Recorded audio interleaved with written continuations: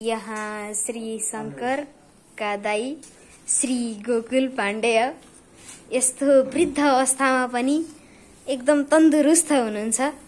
आज उहाँलाई हामीले यो तन्दुरुस्त हुनुको कारण के हो? यसको तन्दुरुस्त हुनुको कारण बिहान हजुरले बिहान उठेर के गर्नुहुन्छ? म बिहान उठेर सर्वप्रथम आँखा खोल्छु। अनि त्यसपछि हजुरले केही दौड्ने सौड्ने एक्सर्साइज के गर्नुहुन्छ? यो दौड्दा फेरि के हुन्छ अरे भन्दा हाम्रो चाहिँ टाइम निश्चित हुन्छ। दौड्ने हो भने हामी अगाडि पुगिन्छ अरे, छिटो मरिन्छ अरे। यो एक्सर्साइज गर्ने हो नि हामी झन् छिटो अगाडि गइन्छ अरे। त्यही भएर एउटा छ क्या इन्डियाको वैज्ञानिक, यो एक्सर्साइज गर्ने दौड्ने हो नि हामी अगाडि पुगिन्छ। अगाडि पुग्दा त्यही के हाम्रो डेथ छिटो आउँछ अरे क्या, टाइममा छिटो पुगिन्छ नि त दौड होइन। म हिँड्दै अब अहिले त्यही राम्रो अगाडि त हुन्छ, टाइमबाट अगाडि आयो नि त होइन र। स्पिडले त हो जित्ने, लाइट स्पिडमा जाऊ न, टाइम रोकिन्छ नि त। ल अनि त्यसपछि हजुरले बिहान के खानुहुन्छ र यस्तो तन्दुरुस्त हुनुहुन्छ? बिहान पानी खान्छु, त्यसपछि स्याउहरू, सब्जी भात।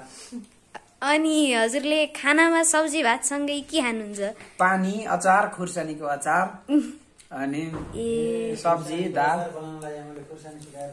यहाँ उहाँ भन्न सुकाएको त अलि उठ्ने हो कि अलिक हरियो अलि रसिलो वालाको रसिलो ए भइहाल्छ, बनाउँला नि। केही नराख्ने नि बवाल हुन्थ्यो भेनेगार। हजुरले तरकारीमा के हानि गर्नुभएको छ खानामा? मैले तरकारीमा लगभग धेरै दैनिक रूपमा शुद्ध शाकाहारी साग, बोडी, भिन्डी, दाल, हजुरको उमेर अहिले कति रहेको छ? म अहिले 721 वर्षको भएँ। 7 शताब्दी बिताएर भर्खर 21 उसमा चलिरहेको। ए हजुरको बिहे भयो कि नै? भयो। ए कतिवटा कोसित भयो?